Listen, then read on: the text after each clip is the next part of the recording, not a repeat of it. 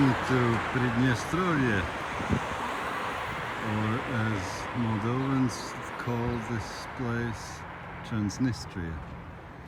But as far as I have found out already, the local people who live here and mostly speak Russian, not Moldovan, they don't like this place to be called Transnistria because it is Pridnestrovye. And Transnistria means over the Dniester river, the lands which are on the other side of river Dniester.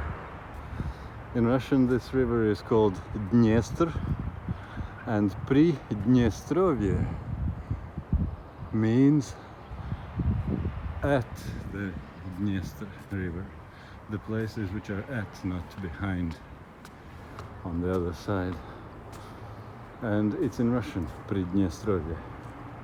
So, that's the interesting country. And I bet most of you haven't heard about the existence of such a country, because officially this country is not recognized by anyone, even Russia, who is the main supporter of this place.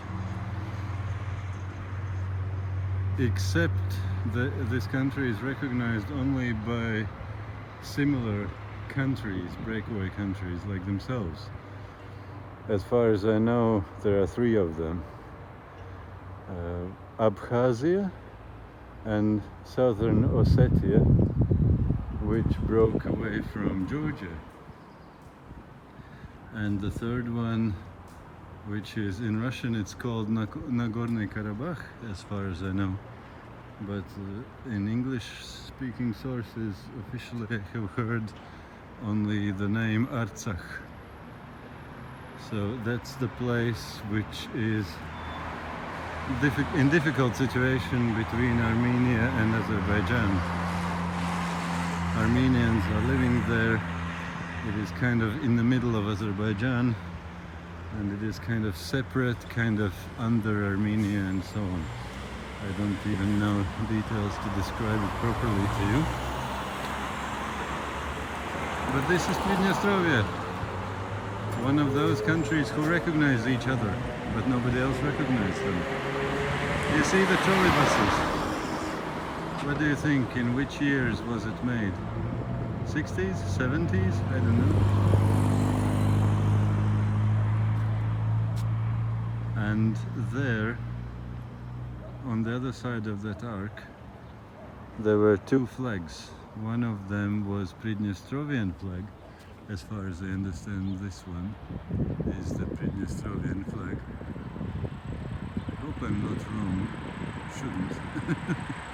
And that was on the one side, and on the other side was flag of Russia, the main supporter of this place, as far as I know.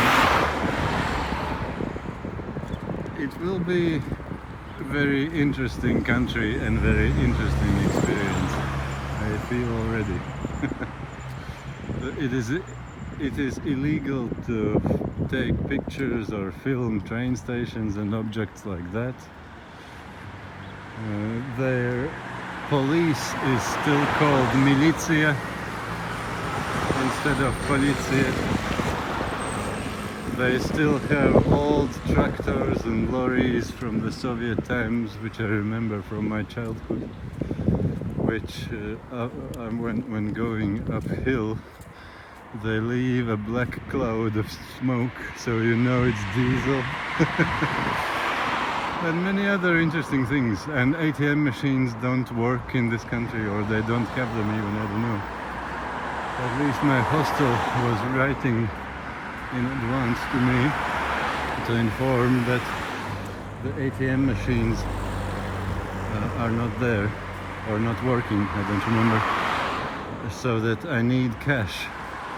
That's the only way to go, cash. Here they have their own money, which is deemed to be illegal by all the countries who don't recognize Pridnestrovye, obviously. But it's used here and it is called Pridnestrovsky ruble, the same as what they had in Soviet times, just it's not Sovietsky, it's not Soviet ruble, it's Pridnestrovian ruble. I have a feeling that we'll have interesting 3 days here. We'll see.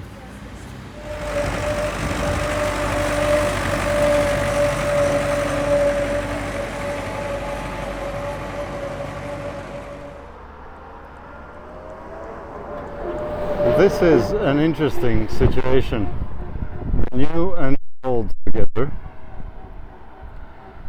You see, everything pretty much is old. This is old. Although the white, how do you call these things, curbs? They are white, freshly painted. It's interesting, I've never seen these things except in Belarus. They also like to paint the curbs freshly white, even though the sidewalk looks like this. What is interesting here is the old stuff, the buildings, the sidewalks, and the new stuff. Also the church. You can obviously see it's very new.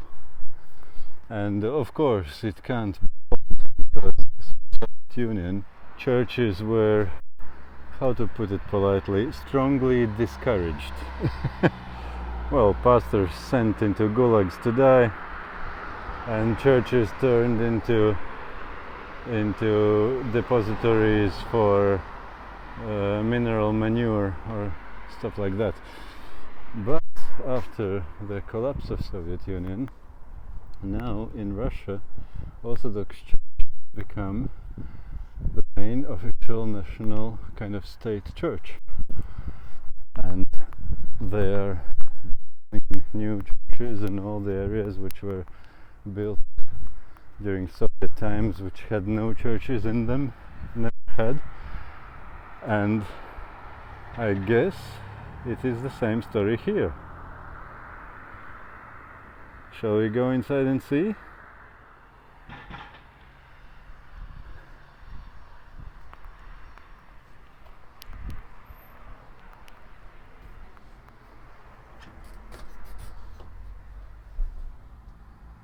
It's actually closed, which is quite rare for the Orthodox Church to be closed. Maybe it's too early?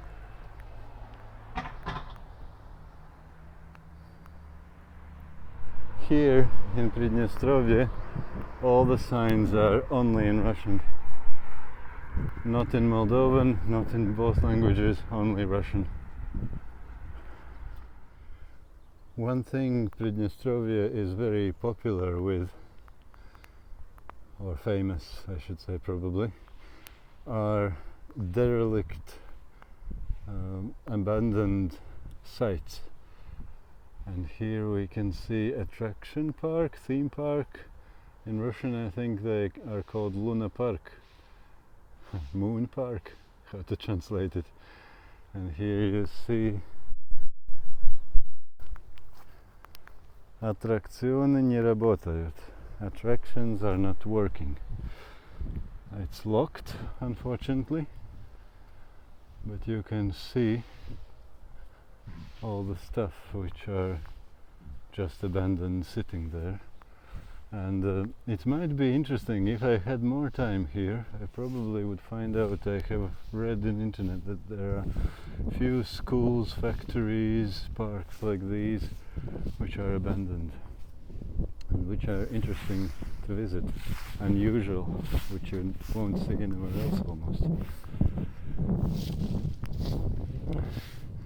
And unfortunately I see that not only here there's a lady cleaning the street, but also inside there's a man sweeping the street, which is not what I wanted to see, because my idea was to jump this fence and explore a little bit more. Не курить, no smoking. Okay, I won't smoke. I don't do it anyway. But I wanted to climb in there, but the person is cleaning. and I don't know how serious are the things with how do they treat trespassers. Maybe better not to try, because if it is said to be almost like Soviet Union here, and where everything is forbidden, and it's forbidden to ask why it's forbidden. Oh, here is open.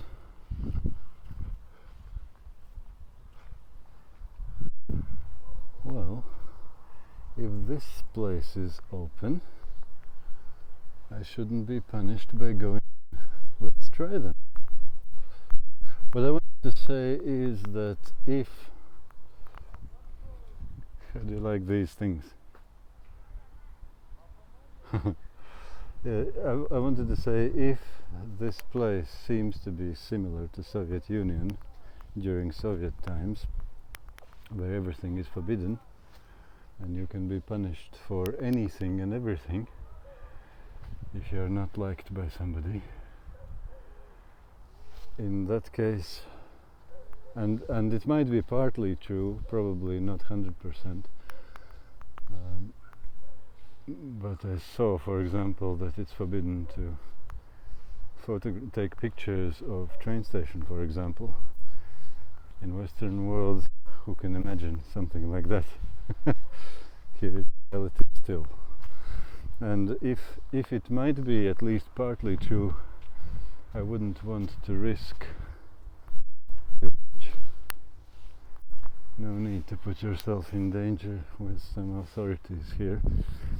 But yeah, as I noticed, there was an open piece in the gate, and there was no sign that it's forbidden, so I guess I should be safe.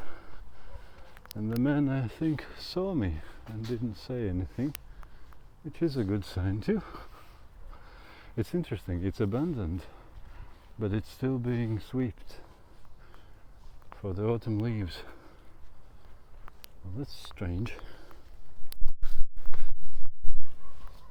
And it's abandoned for a good amount of time, as you can imagine.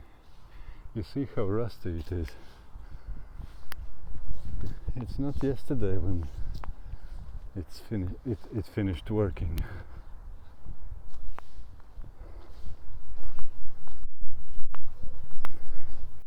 And if you ask why are things abandoned in this country, I don't know a lot. I can only share my guess, my best guess. When the Soviet Union collapsed in the end of 80s, beginning of 90s,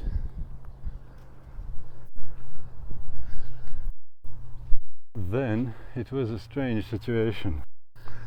Soviet Union, things were kept alive artificially with Communist Party,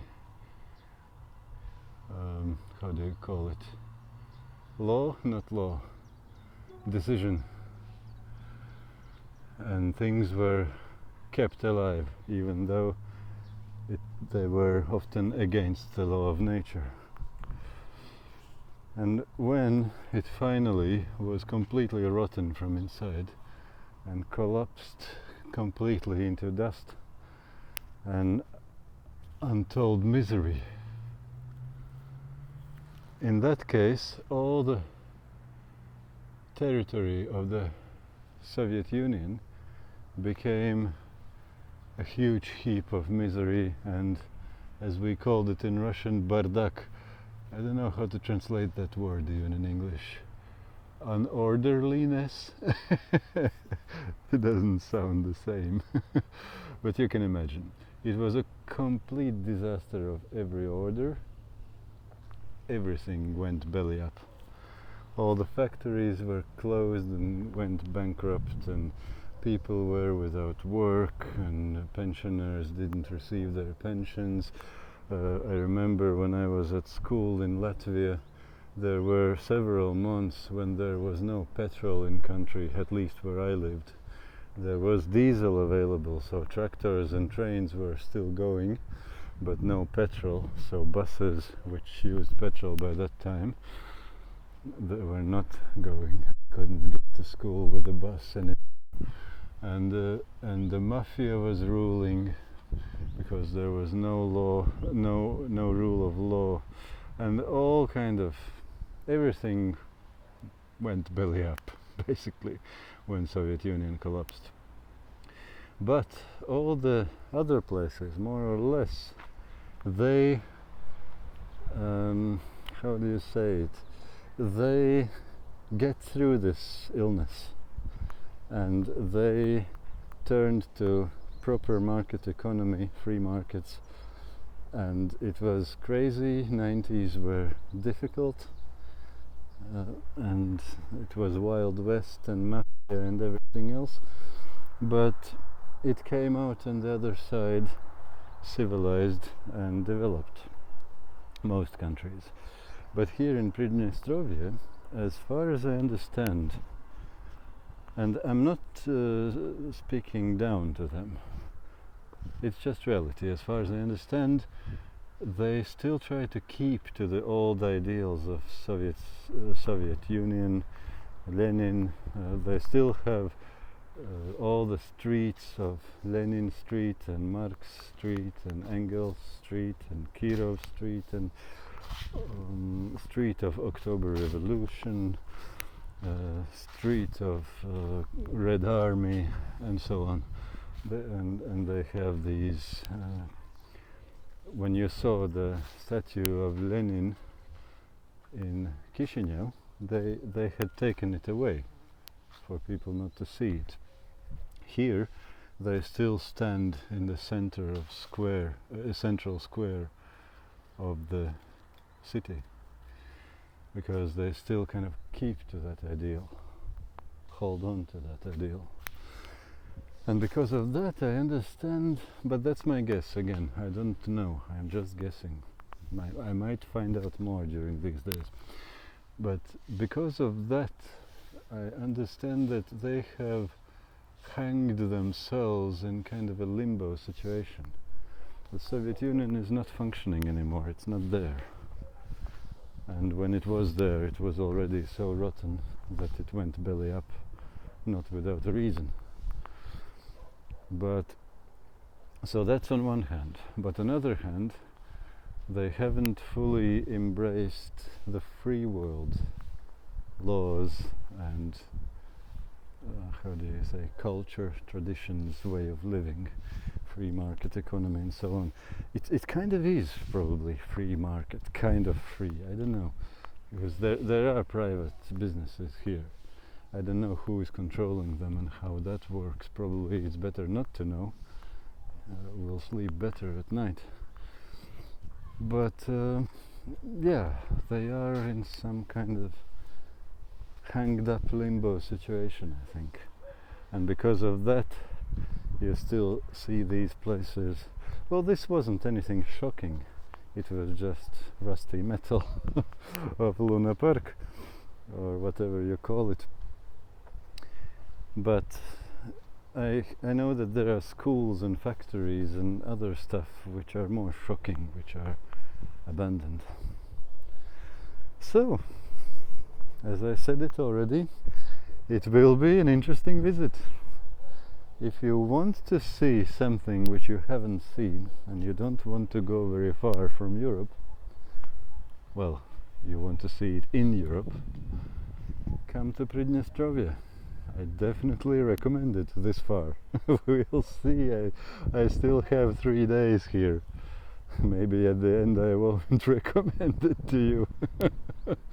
But at this point it seems to be very interesting. This is how the rubbish is managed in Bendery. I just change my euros into the local money, Pridnestrovsky rubli, Pridnestrovian ruble, and I want to show them to you. Here I sat on a bench to show you these things. So these are kopeiky, kopeiks, basically cents 25, 10 and 50, and I want to show you what's on the other side. Look at this. Can you believe it? Can you see it? It's the same coat of arms which Soviet Union had.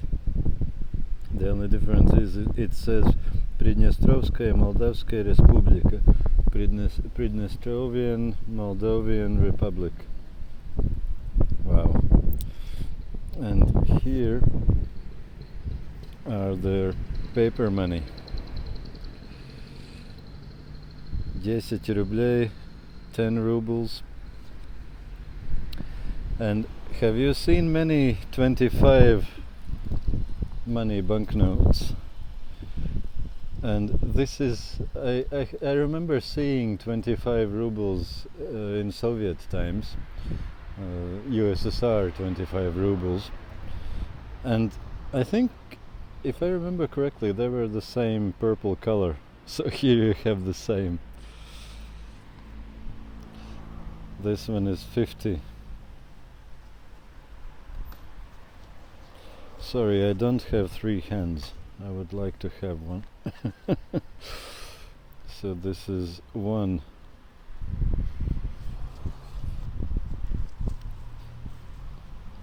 This is 5 rubles. And you see the design, the Soviet type building. And this is 100 rublей, 100 rubles. There's a saying, не имей 100 рублей, а имей 100 друзей. Don't have 100 rubles, better have 100 friends.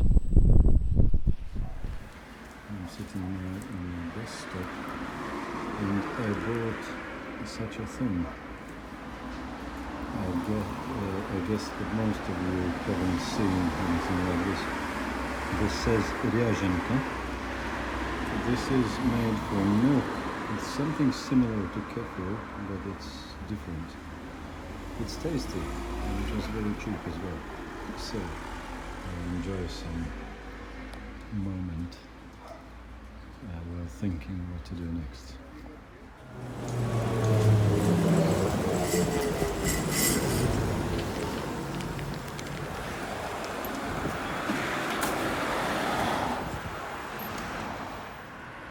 Улица Бендерского восстания, street of Bender's uprising.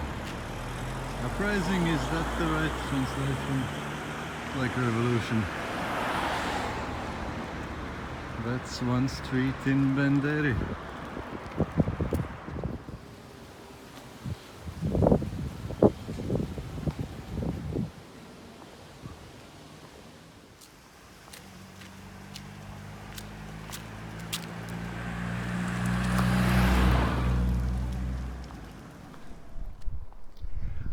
Slowly approaching the main train station.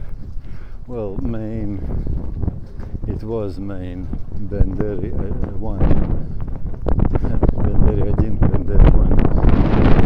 At the moment I don't think there are any trains which go there, because the only train is Kishinev-Odessa, and it stops in Bendery too. As far as I know. Maybe I'm wrong, we'll see.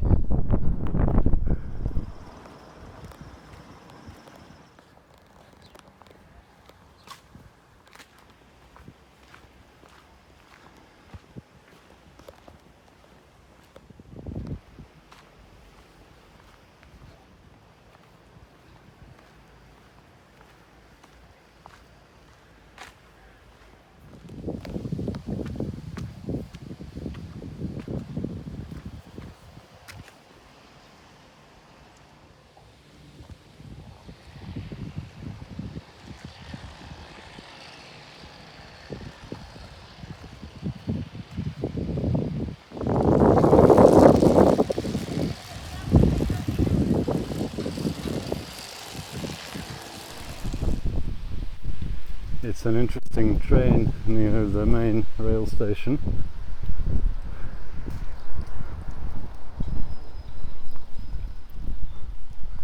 And of course you can see, here you can see coat of arms of proper USSR.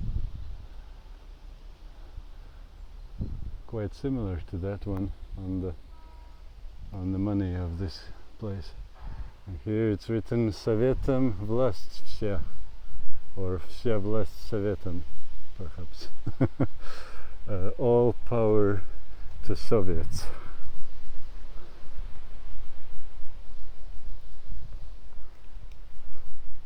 And this is a museum actually. Музей железнодорожников города Бендеры. Museum of Railway in Bendery.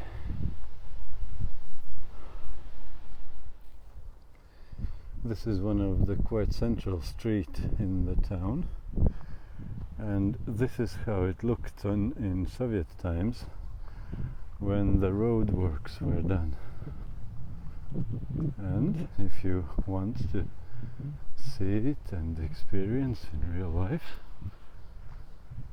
you can do it still today. You don't have to be born in Soviet Union to experience this. Come to Pridnestrovye. Welcome. That's the car of militia.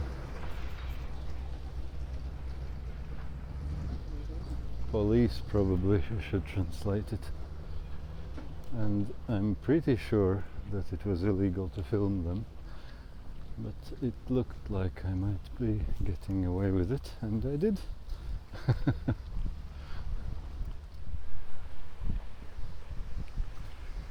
I'm pretty sure that this fountain worked while Mikhail Gorbachev was still in power.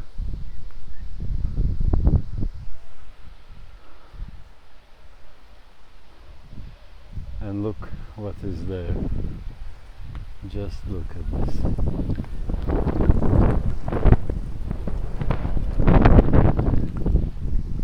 You will soon accuse me of putting some historical footage in my YouTube videos. No, it is today. And today is year 2021, just in case. Yes, yes. This is central square of the town. And this is not even a big town. The capital, Tiraspol, is one trolleybus ride away from this small town, Bendery. But you see, even this small town needs to have a central square with roses and with Lenin. How can a town be without Lenin? Can you imagine that? That wouldn't be a town. Lenin seems to be a bit old and rusty.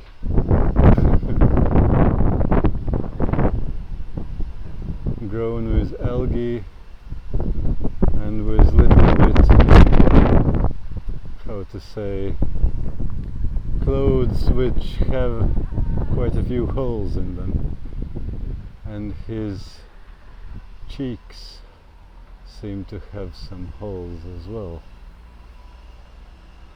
But otherwise his facial expression hasn't changed since the time when Stalin or Khrushchev or I don't know, Brezhnev was in rule.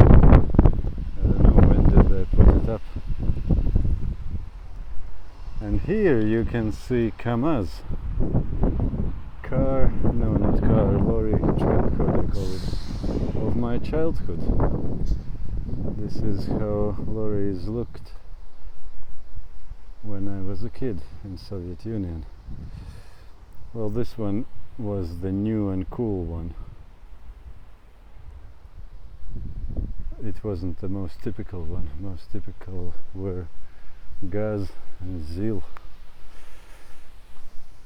I have seen quite a few of them already. I should be able to catch them on film as well sometime for you. And this is кинотеатр имени Горького. Cinema is carrying Gorky name.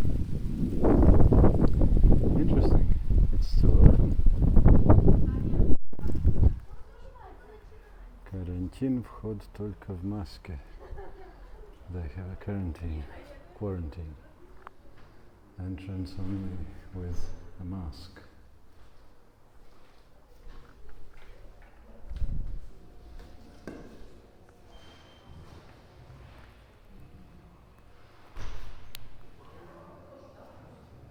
A big difference from how it looked in the street, which was all in sand.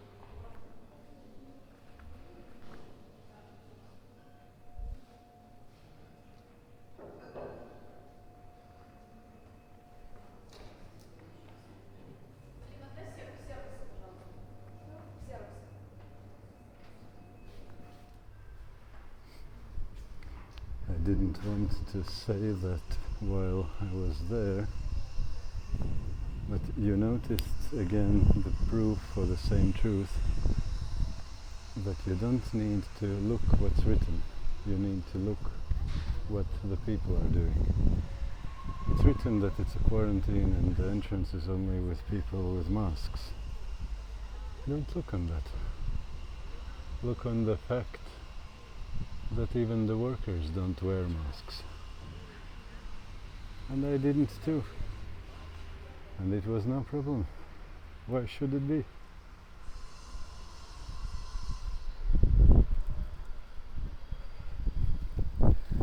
This is a nice contrast, isn't it? World of contrasts and colors. You'll never be bored in this country. I like this sign. Swimming is prohibited. It is as logical as the whole idea of communism. Let's keep walking along the Lenin Street. This is how the street is called. And here you can see Kirov Street. You didn't believe me? Read it. Улица Ленина, Lenin Street. I tried to hide my microphone from the wind. I hope you hear me.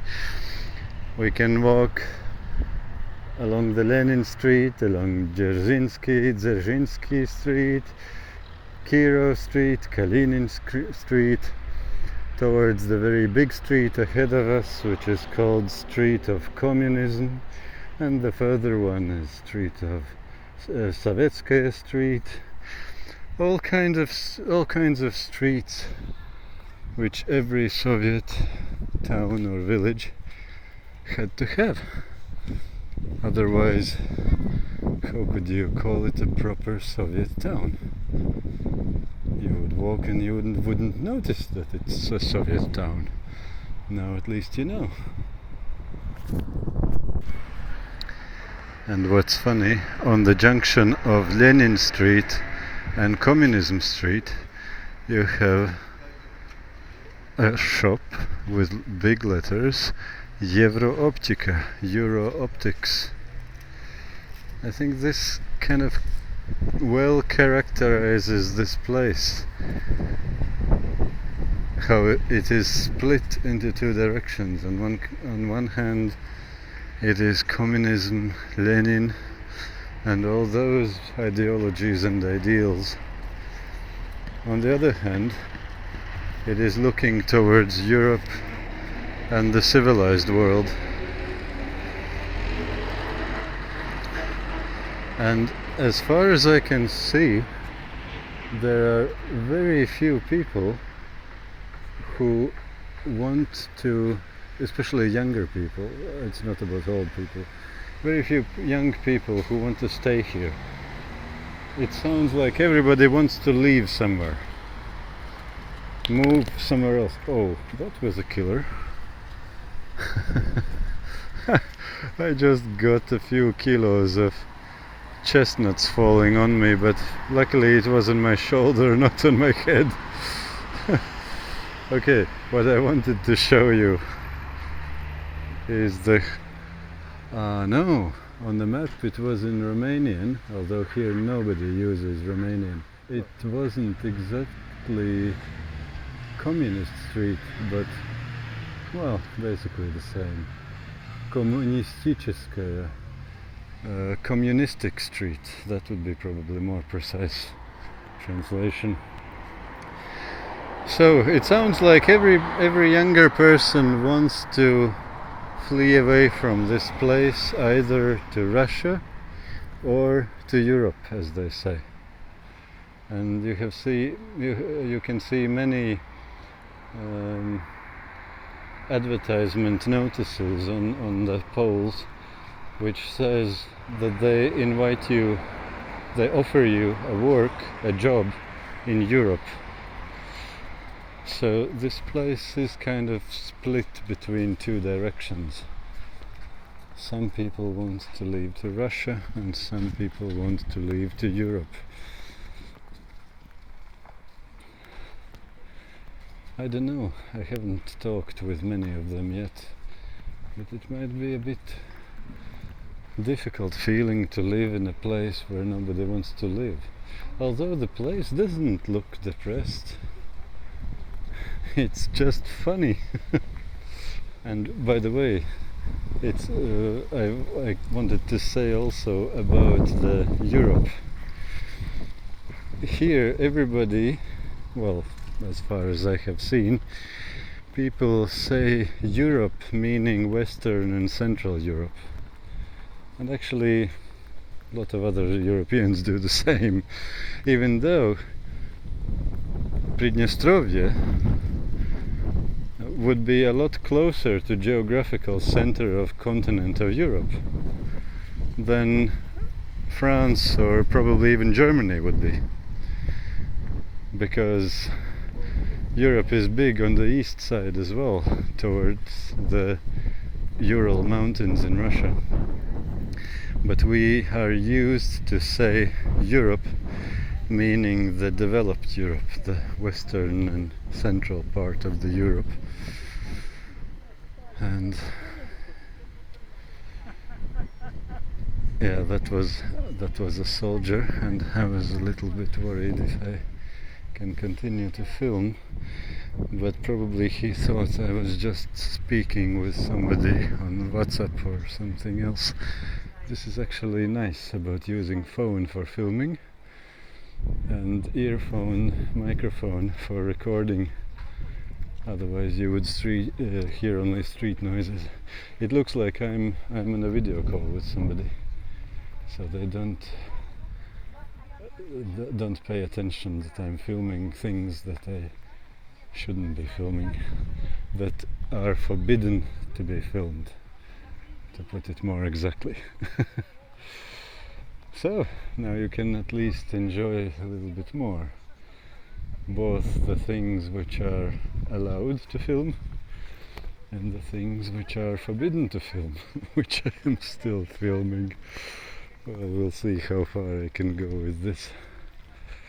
Hopefully. I noticed here something which I thought I must show you. This orange thing there is a typical builder's wagon, as they were called in Soviet Union.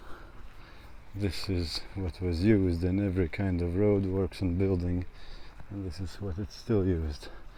This is a generator. Well, this is even older one. That's older than me. That's a generator for electricity, or for, I don't know, maybe it's a compressor even for pneumatic instruments. And these things are open, that's okay. People are walking, people are looking where they step, and don't even think about suing them. They will laugh on you instead of instead of giving you some compensation for a broken ankle. So that's the builder's wagon. That car, that lorry is Kamaz, which I showed you already. What I wanted to show you is this beast. You know what it's called? Tractor Belarus. Belarus tractor. And this one is what we called, I don't know how to, 82er? Tractor 82. Probably that's. This was the most popular tractor in my childhood. And when in the times, in the beginning of 90s, when there was a moment when there was no petrol, no gas in the country, no gasoline, and only diesel, this thing uses diesel, so this could still run.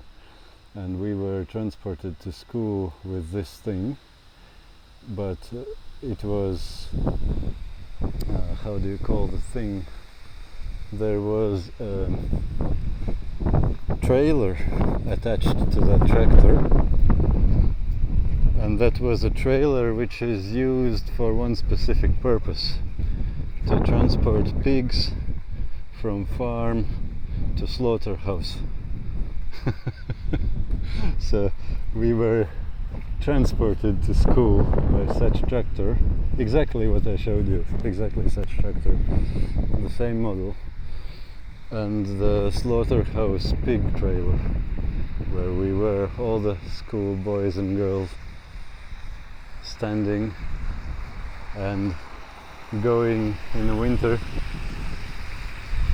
for 5 kilometers, don't remember how far was it. So, in a way, I could already say that this partly is a time machine.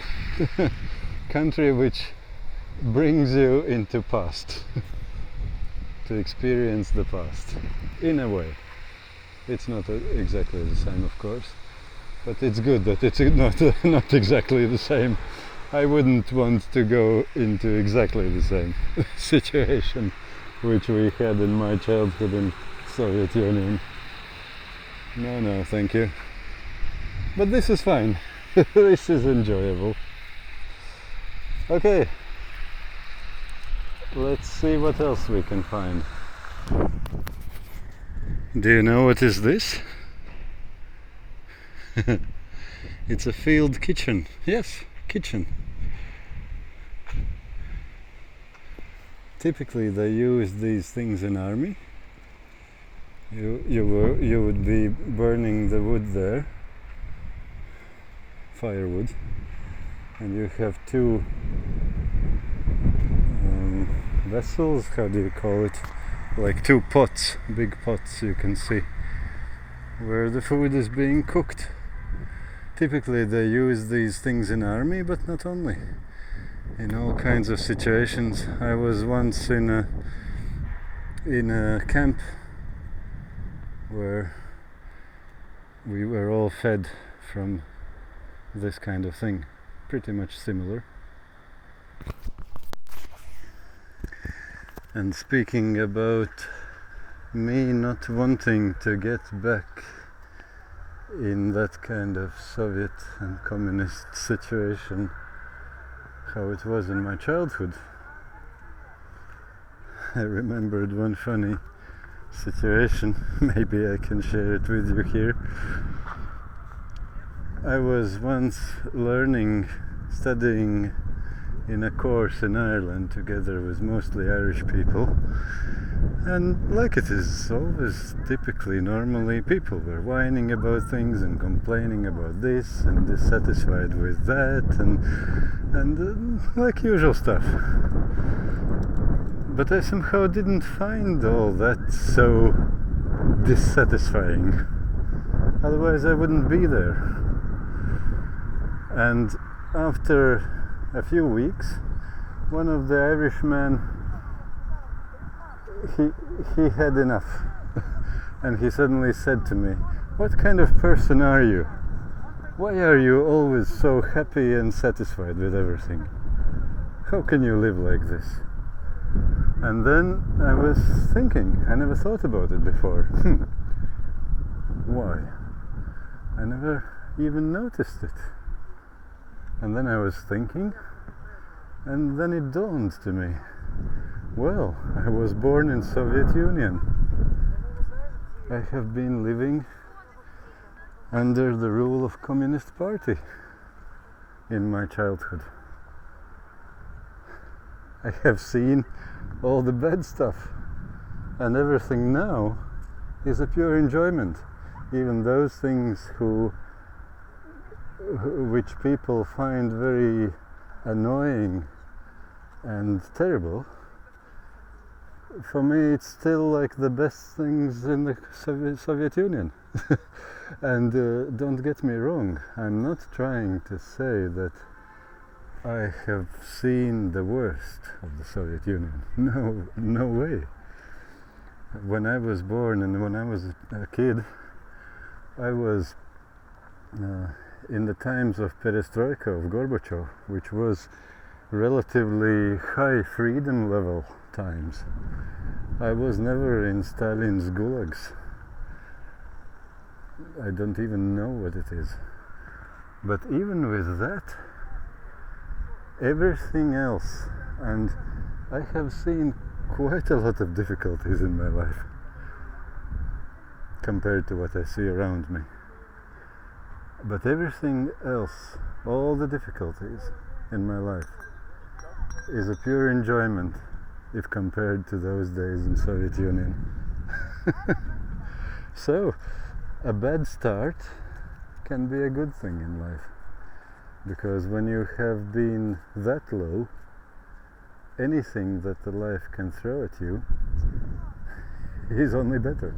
Is going to be only better. My life has been going only up from the childhood. I definitely wouldn't want to return in my childhood. But after that, everything else was a pure enjoyment.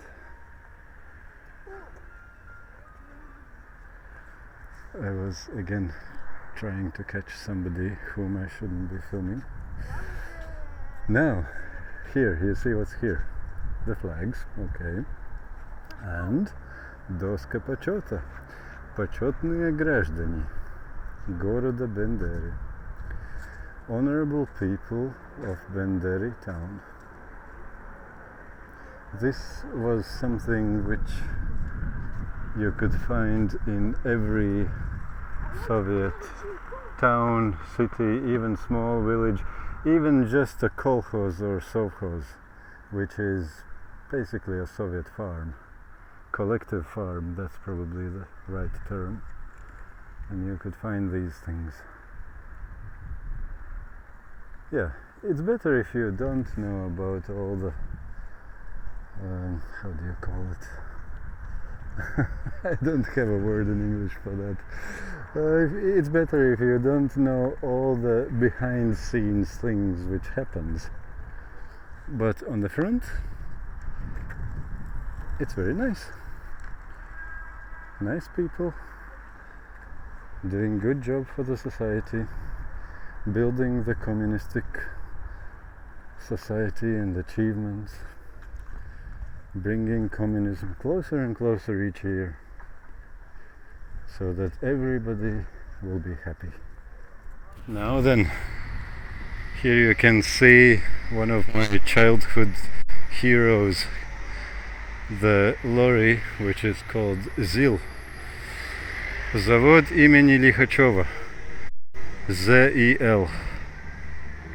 That car, that lorry, was one of the most typical, not as typical as Gaz, but often seen in my childhood for transporting all kind of heavy stuff. And and believe it or not, it runs on petrol, gasoline for you Americans, or gas, how do you call it? It's not diesel. And I have even been dreaming sometimes that if that car wouldn't be so technically miserable, and untrustworthy. I could buy such a thing one day and make a camper van in it. Oh, and that's again one childhood car, Moskvich or Ij, which one of the two was it? The same design. So yes, returning into childhood.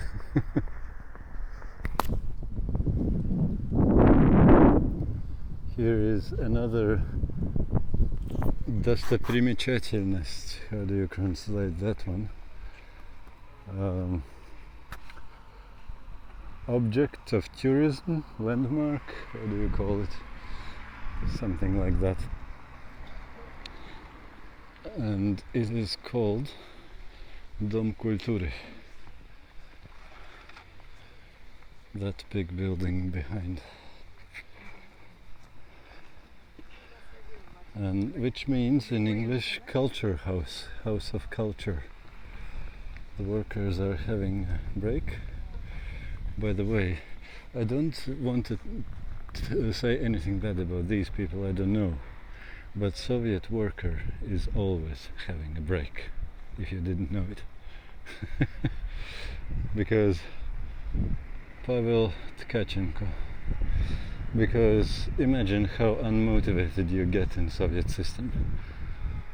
You have seen probably how socialism demotivates people from working and motivates them from parasitizing. Well, communism is the same, but in square or cube. But again, I don't say anything about these people, I don't know. Maybe they were really literally taking a 15-minute break, and that's okay. That's, by the way, one of my childhood cars, Zhiguli, or how they call it in West, Lada. This is a culture house, and it was an important place in the town, or even every small village they have built culture houses. Why? I don't know a lot, but I have pretty clear impression that this is part of the program of eradication of any kind of religion in churches. Because Soviet citizen is the bright mind, scientific, atheistic person who doesn't believe in all kind of stupid, ancient, superstitious things like God or life after death, and because of that, church is something like a backsliding thing, something very negative. But people were used to attending churches and praying. So culture houses was something to replace it, to have some other events which praised communism, which praised Communist Party. They were showing some cinemas, some films about how we are building communism and how bright is our future. This is nice, you see. These things were also on every bigger street. Oh, this is interesting. No, it's a joke. It's a water. It's a joke.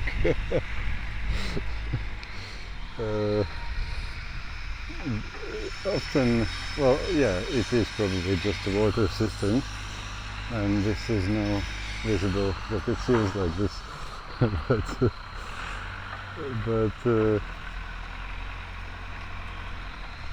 it says vino, which means wine, but typically in Soviet Union these things sold kvass, which is non-alcoholic beverage, something a little bit like beer, but not exactly, but it's non-alcoholic. And what is the old writing on it? Moloko? Really? It was for milk someday. Okay, I remember those gas cars, and if they needed bigger, they would attach this kind of pricep trailer to carry more milk. Okay, sorry for misleading you, this was milk. Stolov или Stopov? Нет. Well, the big letters is нет, нету. There is no something. Tables or feet? What is it? What is not there? Anyway, the main message is it's not there.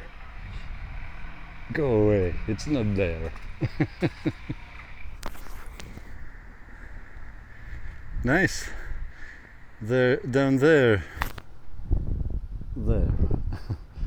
is river Dniester, and that one I'm pretty sure that it's the river port, because there was once a river navigation with ships coming and going, including passenger ships, which was something economically completely unsustainable, and that's why now you can see it without windows. But during Soviet times, something being unsustainable wasn't a problem. If the party said it's good and we'll have it, then we had it, no matter what. So there is the river Dniester, and this was some place, I don't know, probably some cafe was there, and that's the river port terminal. And I think I hear some music inside of this security.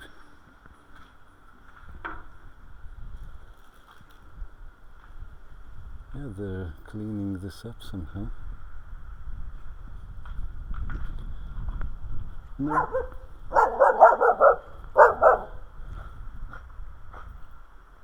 Well, this is probably a good illustration. Hey doggy, you're climbing up me, up my leg. This is, yeah, there was a cafe, you can see, it's written. So this is, I think, a good illustration of what the Soviet Union and communism looked like when it collapsed. Well, not collapsed probably, this one isn't collapsed, but it's completely destroyed, rotten and rusted from inside out. And this was how the whole USSR looked in the 90s, just after collapse. Well, this is older, of course, but the feeling is the same. Everything was in rubble.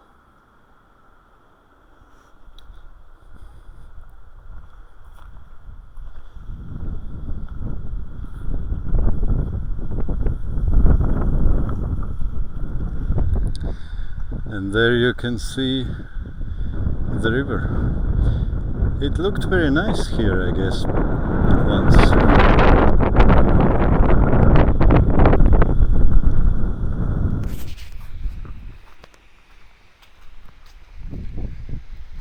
And if I understand correctly, then that was the place where the river ships were docked and where the passengers went onto ships, boarded onto ship. And behind those trees is that terminal building. Maybe I'm wrong. It wasn't written, I don't know. But I somehow have a feeling that this must be the same building. You can write in the comments if you know that I'm wrong and if you know what was this building. But I think it was the river port.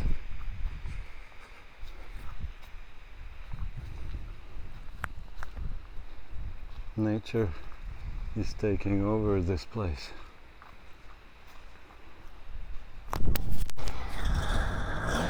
That is the Soviet Jeep, which is called Niva. Niva means wheat field, probably, that's how I can translate it. It was produced in the same factory where Zhiguli or Lada. And this one looks to be Gaz, not ZIL. So I need to show you this one as well.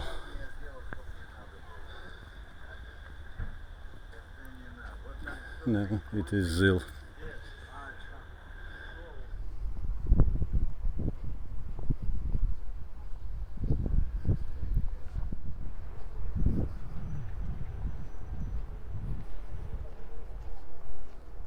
You know, it sometimes feels like to be in a free museum. See again, Hij. And you can walk around and see something which usually is only visible in museums. But here you can not just look at it, but you can interact with it. Let's say these trolley buses. Where else could you see these things moving around, actually taking passengers from place to place around the city? It's like a living museum with high level of interactivity. Highly recommended. No, seriously, it's nice. And I guess that it will cost next to nothing, so it would be nice to get a tour. Oh, actually this goes to Tiraspol. I will be taking it later today. Nice. Definitely nice. When do you think these trolley buses were built? 80s? 70s? Even earlier maybe? I don't know. Amazing stuff.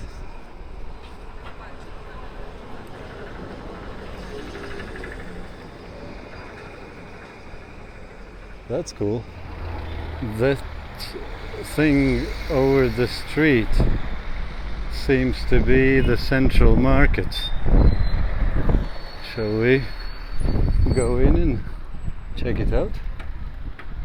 How it looks inside. And it might be some nice things also edible. I mean, I don't have any space in my pockets to carry around any souvenirs unless they're very small.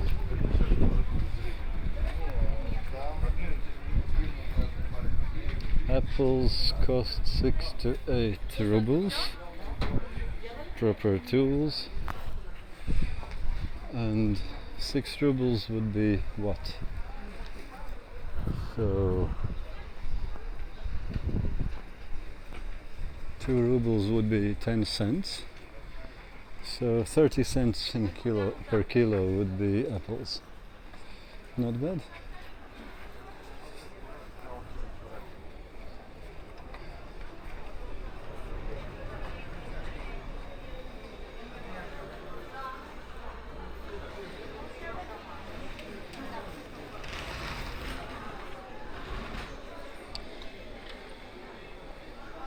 Watermelon costs 2.50 per kilogram, which is a bit more than 10 cents per kilogram.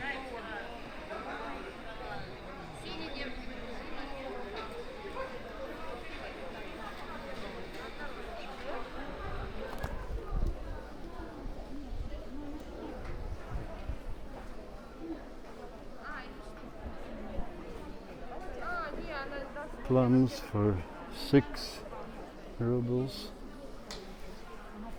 so 30 cents per kilogram as well.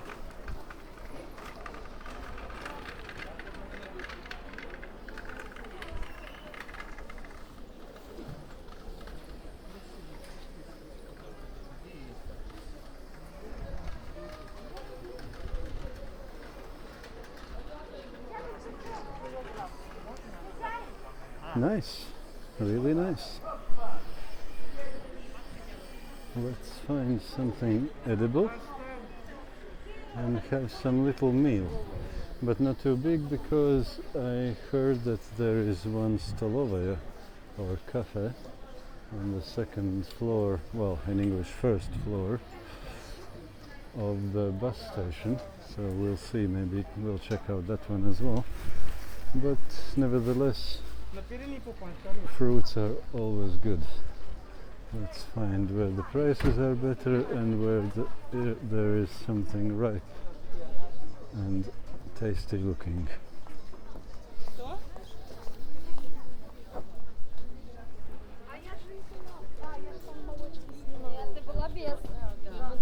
This market doesn't seem to have any end.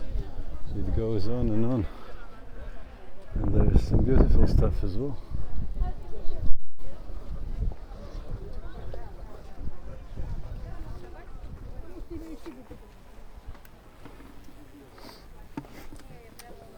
А груши вкусные? Груши вкусные? Очень вкусные груши. Дать вам попробовать, только мне ножиком Не, я верю. Дайте полкило, пожалуйста. Желтых или вот есть зелененькие вот такие? Желтых лучше. Желтых, да? Сладче, наверное. Да, да.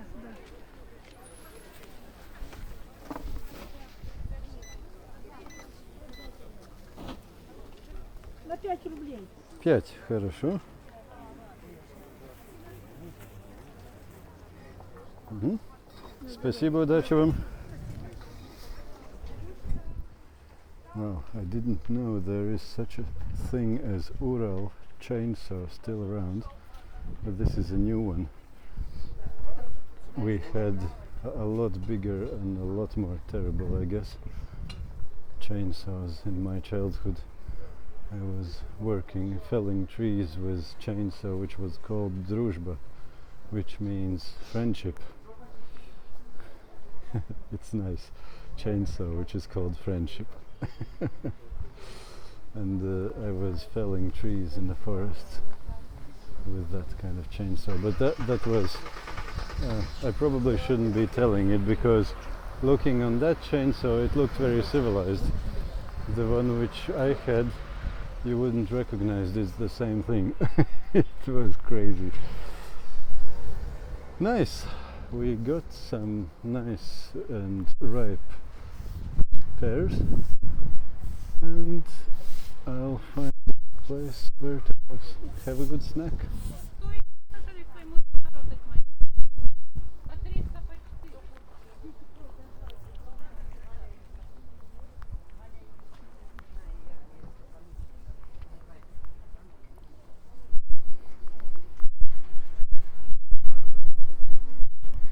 So this is the Bendery town bus station. There's a ticket offices. And what is the address of the bus station? Soviet Street number 1. The first number, the first street. Here you can see it from behind. Nice.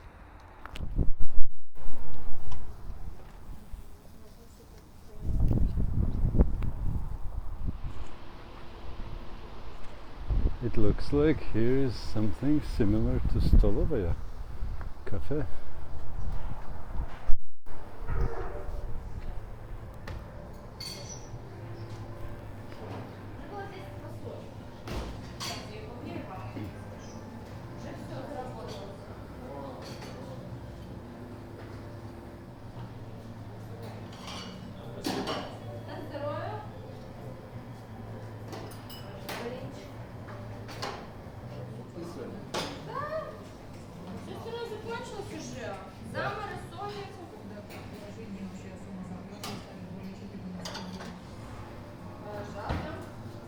Здравствуйте. Что у вас самое вкусное?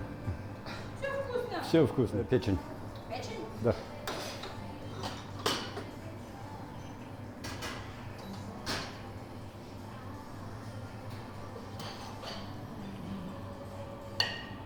Нормально? Хорошо? Да, и картошку тоже. И картошку? Какую картошку? Эту? Да, да.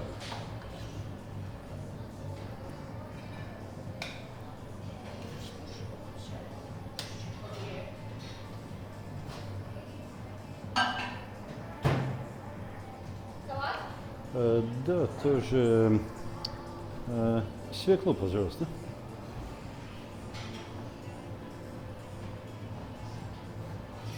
Хлебушек? Один, да. Интересно.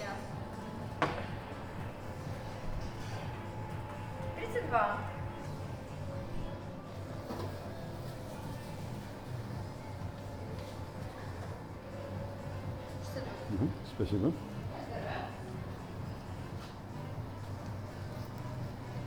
Спасибо.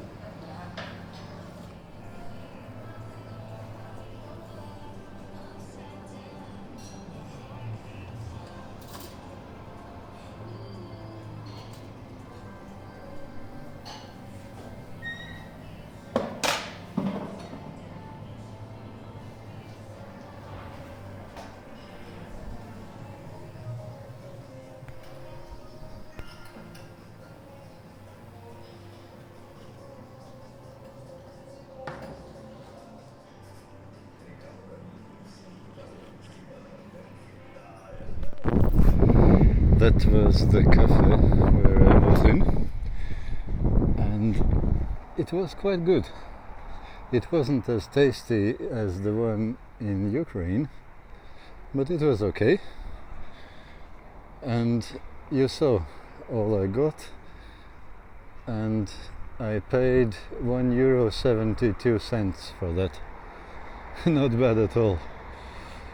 And probably, and also I got to know that it's possible to buy ticket for trolleybuses inside of the trolleybus, so I don't need to get the tickets beforehand. I just get the trolleybus and I can then go to Tiraspol because I think that I will probably be catching the trolleybus somewhere outside of the center, because I'm thinking to go to Bendery Palace, not Palace, Fortress, that's the word. But yeah, it's an interesting place. I had one idea which I can suggest to you. If you want suddenly, that's Kamaz again, wow. These things were in last years in Soviet Union years when I was a kid, and you have these kind of cars as well. So where was I? If you want to feel as a rich person who can afford everything and anything, there are two ways how you can get it. One way is you just make a load of money and then you can afford anything and everything. But there is a second way which is a lot easier than the first one and quicker as well. Oh, that's Volga, but a bit newer model than the ones which were in Soviet Union. Okay, the quicker, easier method how to become rich. Come to Pridnestrovye. That's again Kamaz.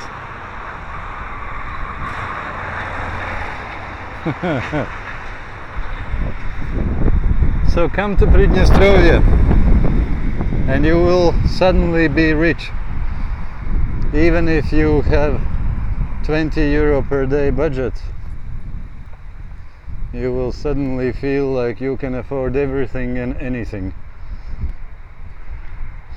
And you still can't spend all your budget. Crazy place this is, but in a good way. That's another ZIL. But I see very few Gaz, mostly Kamaz and ZIL. Strange, because when I grew up in Latvia we mostly had Gaz and a lot less ZILs and Kamaz. Maybe these are longer lasting than the Gaz, because Gaz was terribly difficult to maintain in a working condition. Okay. Bendery. It says that this city was founded in 1408, very beginning of 15th century. Quite old one. Now, this is something. Yeah, this is something you need to see. Can you see it? The first thing on the right. No, What is there? Is it? They have red light, but I have zebra, half zebra. That's better not to try. Oh, that's a newer Kamaz which coming. You see?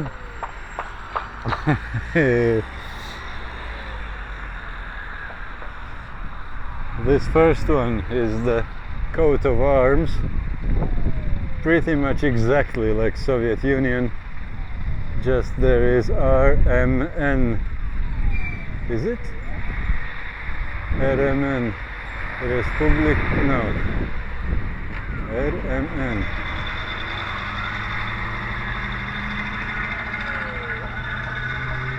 Ah no, that's in the middle, that's something else. On the sides it's PMR, Приднестровская Moldavskая Republika. Pridnestrovye in shorter. But other than that, it's exactly the same design as Soviet Union coat of arms. And there is GAI. I haven't seen these three letters for a very long time. GAI means Государственная Автоинспекция, which means, how to translate it? State auto inspection. Basically, it's traffic police, traffic corps, policemen who looks after the traffic on the streets. Well, I'm again filming something which I shouldn't probably. Let's be careful and let's not do it for too long time. But it is still crazy interesting not to do it. And that van is called Latvia. You would never even see it in Latvia. It was really made in Latvia in Soviet times, but it was too old, and I don't think any of them is still alive in Latvia. But here you can still see them, and Kamaz, of course. Here you can see war memorial for newer stuff than the 40 and 44 and what else, all the Second World War. You see, this memorial is erected in honor of died defenders of Bendery town, defending the town in March to July of 1992 from nationalists of Moldova.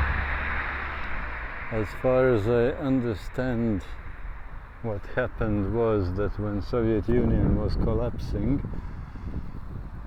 you know, in Soviet Union any kind of national identity was a forbidden thing. The thing which had to be there was Дружба народов, which means brotherhood or friendliness of nations, which in general it would be a very nice idea and good, but it was forcibly forced, and to such an extent that it decimated all kind of national identity of people. In Soviet times, the nationalism was strongly oppressed, but not only the negative side of it, meaning hating others, which would be kind of understandable, but it was even identifying as some person who is of certain nationality would be a bit dangerous thing. And if, for example, you would fly your national flag like Latvian or Estonian or any other nationality identity stating stuff, you would definitely get imprisoned and possibly sent to Siberia. And when the Soviet Union was collapsing, one of the big movements during that which was acting as a force who helped it collapse faster. That thing wouldn't live anyway, even though in the anthem it says that Союз нерушимый, union who is unbreakable, undestroyable. Of course it would fall apart anyway, but one of the big, again some Kamaz, one of the big factors who helped this Soyuz, this union, to crumble into pieces were patriotic movements, nationalistic movements, but mostly in a good sense.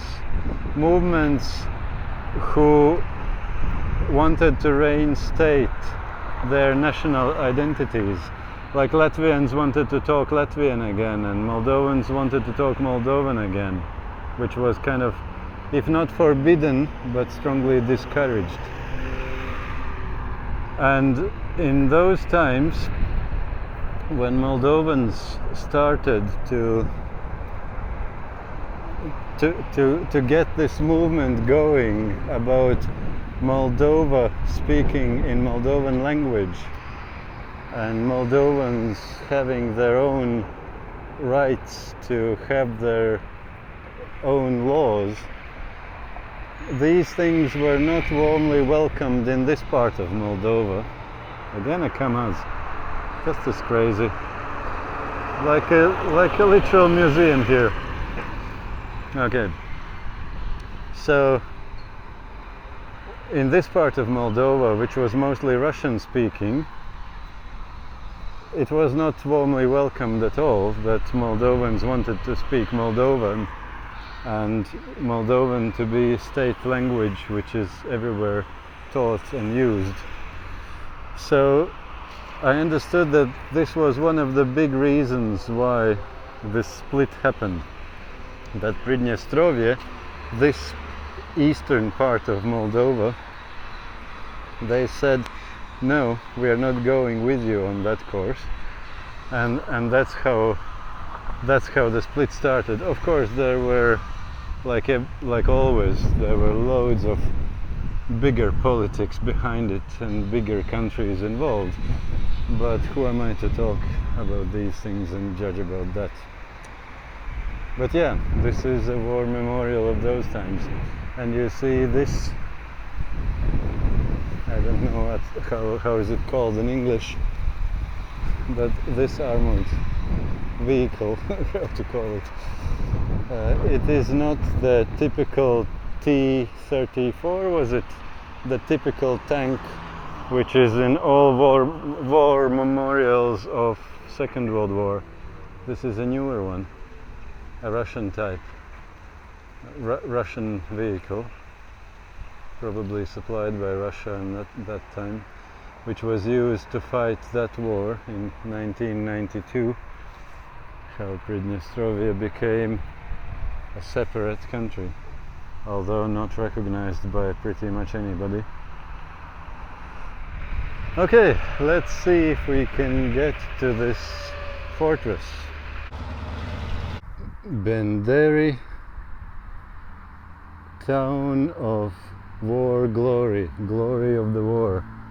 Not any odd glory, glory of war.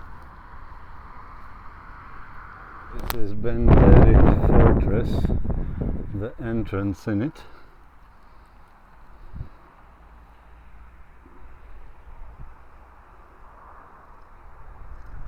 And that's, by the way, bridge, railway bridge, which I took coming here from Odessa when I was coming to Chisinau,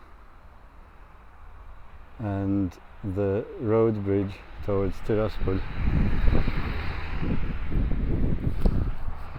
That was some car which I shouldn't be filming, some military stuff, don't know what exactly.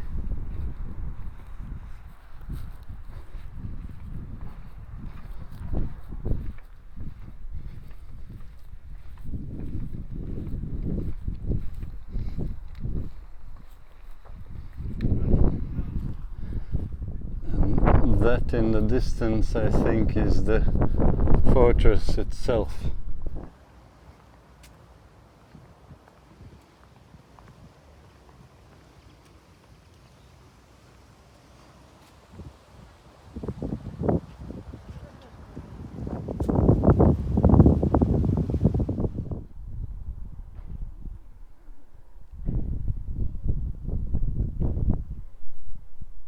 It's a nice place, quite a high hill near the lower there is river Dniester.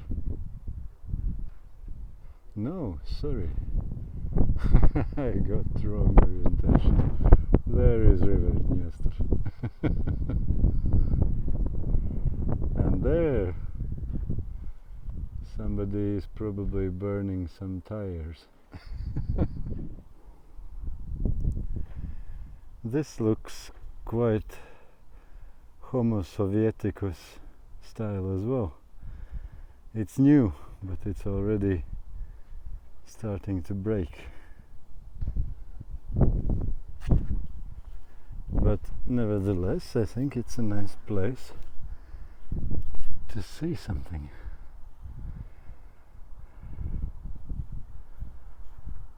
And here's quite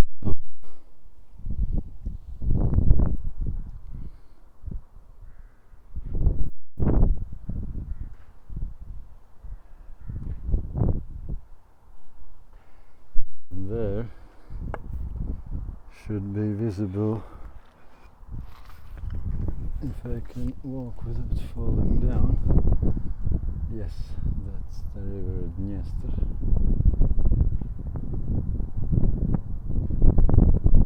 Beautiful river.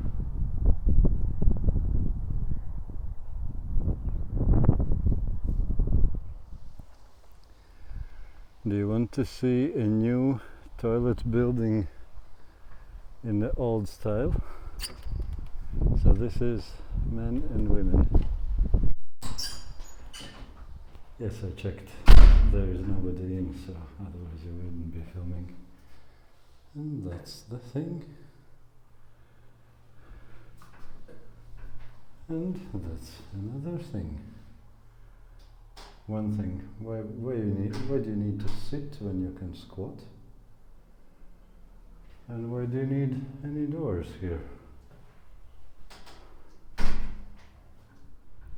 And this isn't some old small toilet in some train station in a small village in the middle of nowhere. It is a new purpose-built toilet in this newly built, expensive, prestige, probably even, complex, which is mostly designed for tourists, which is one of the biggest attraction points for tourists in Pridnestrovye, this fortress. And this is so popular place and so important place that even the signs here are in 2 languages. Besides Russian, here is English. And normally you would never find anything in English here. So it is really geared for foreign tourists. And for them, the designer obviously thought, why would you need doors there? Who needs doors? Okay, it's just different worldview and way of perceiving things, I guess.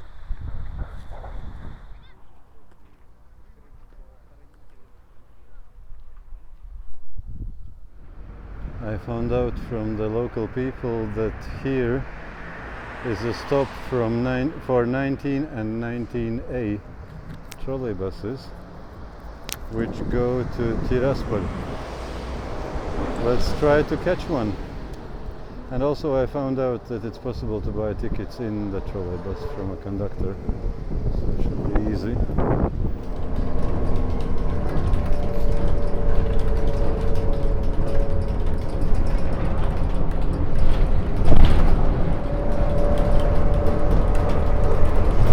This is the old trolleybus, which goes from Bendery to Tiraspol, between the two towns.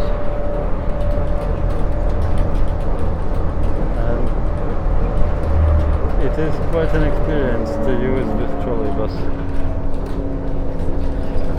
It's not every day you get to use such a thing. Well, if you live in Pridnestrovye, you could. And also I want to add here a small but very important disclaimer. Please listen before you make any judgments or conclusions. You know, I am very well aware that I am traveling and making videos about a place which is a disputed territory.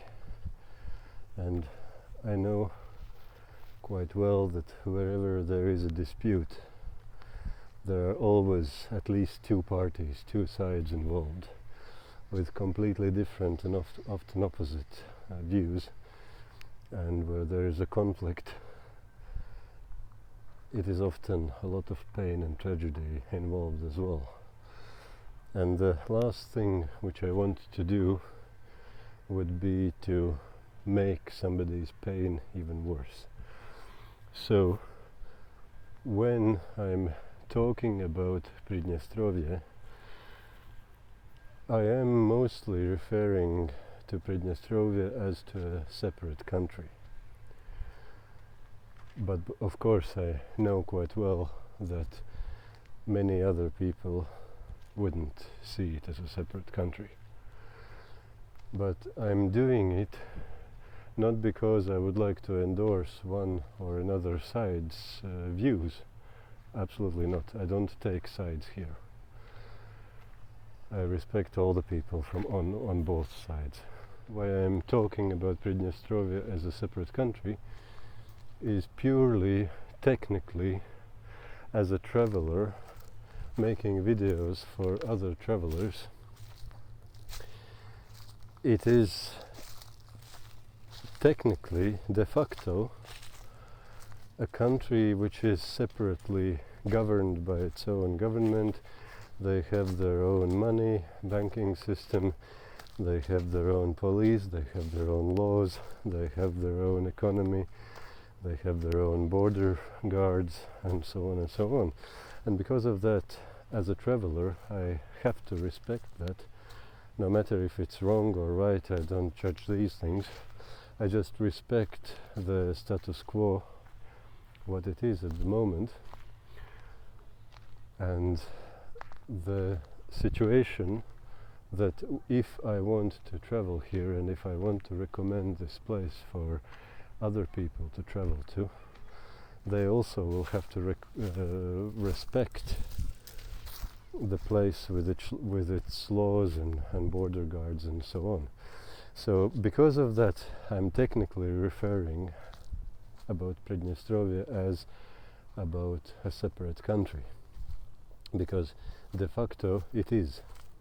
Although I am very well aware that de jure, of course it's not. Most of the world, except 3 small similar countries, every other country is not seeing Pridnestrovye as a legitimate country, but they see it as part of Moldova. And I don't, like, who am I to judge? Is it right, is it wrong? Which side is right, which is wrong? And there are 2 reasons why I am very careful about any kind of judgments in this area. One is that in general, as a person, I don't want to call any other human being in any derogative terms. Like, I have heard that Moldovan side sometimes, well, maybe I have misunderstood it, maybe I have misheard, but that's what I kind of hear, that Moldovan side would see Pridnestrovians as separatists, even terrorists. Maybe that's too loud word, I don't know, but anything not too pleasant. And the Pridnestrovians see Moldovan side as some nationalistic knucklehead type cruel people who don't respect local people's majority who actually live there. And both ways to say it are very derogative to the other side. And as a human being, I don't want to use any derogative terms to any other human being. That's one reason why I don't take sides here, why I don't want to tell that one is right or another is wrong. And there is a second reason, even probably more important, because I know how terribly painful and difficult these things can be. I myself, I am grown up in Soviet Latvia, which was a huge problem and conflict, and I know how it can hurt and how it can cripple people's lives. And you know, who am I to judge about you people, both Moldovians and Pridnestrovians, and any terms I could use to say. Maybe I'm using wrong terms even here, I don't know. So if I say something which seems to be derogative or insulting to any of the sides, please forgive me. It is pretty much certain that I didn't mean it. It is just because of my uninformed situation where I just don't know. Even when I make jokes about overgrown pavements or train stations or such things, I could the same way have a laugh about, I don't know, holes in my t-shirt, my own. So I don't mean disrespect to you people, seriously. Why should I? And speaking about the conflict, the dispute, it's obvious that there are at least two sides and there is no simple solution. Because if there would be a simple solution, you would have long since solved it. You wouldn't take 30 years in this situation. You would have been long ago solved this problem. So obviously it's not simple. And I know that you, dear people, dear Moldovians, dear Pridnestrovians, real people who live in all these areas, I know that you have a lot involved. Like, you have all your lives, you have lived here, you have your livelihoods here. Many of you have lost their fathers in the war in '92. Many of you have injuries or mental tragedies going on and happening, and it is, I can imagine it's a huge thing. And now who am I? I'm just a tourist coming here for 3 days. Come on, I don't know anything. I'm just looking around. Who am I to judge you, either of the sides? And who am I to tell you how to live and which side is right and which side is wrong? I don't want to do it. So I don't say this disclaimer just for legal reasons. It's also really from my heart. I don't want anybody to be harmed by any words or pictures that I'm showing you.